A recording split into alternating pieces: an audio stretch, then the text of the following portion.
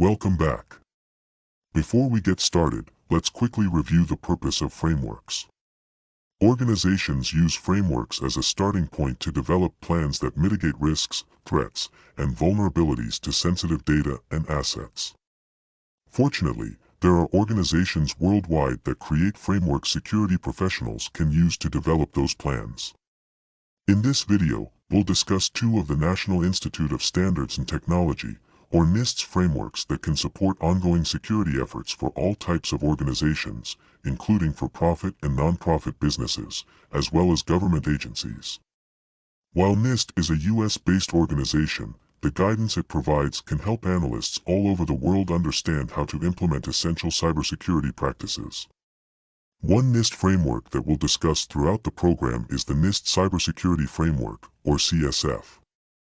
The CSF is a voluntary framework that consists of standards, guidelines, and best practices to manage cybersecurity risk. This framework is widely respected and essential for maintaining security regardless of the organization you work for.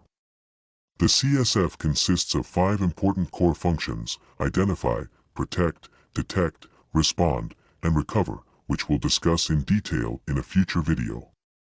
For now, we'll focus on how the CSF benefits organizations and how it can be used to protect against threats, risks, and vulnerabilities by providing a workplace example.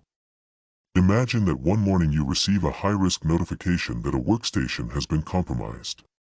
You identify the workstation and discover that there's an unknown device plugged into it. You block the unknown device remotely to stop any potential threat and protect the organization. Then you remove the infected workstation to prevent the spread of the damage and use tools to detect any additional threat actor behavior and identify the unknown device. You respond by investigating the incident to determine who used the unknown device, how the threat occurred, what was affected, and where the attack originated. In this case, you discover that an employee was charging their infected phone using a USB port on their work laptop. Finally, you do your best to recover any files or data that were affected and correct any damage the threat caused to the workstation itself.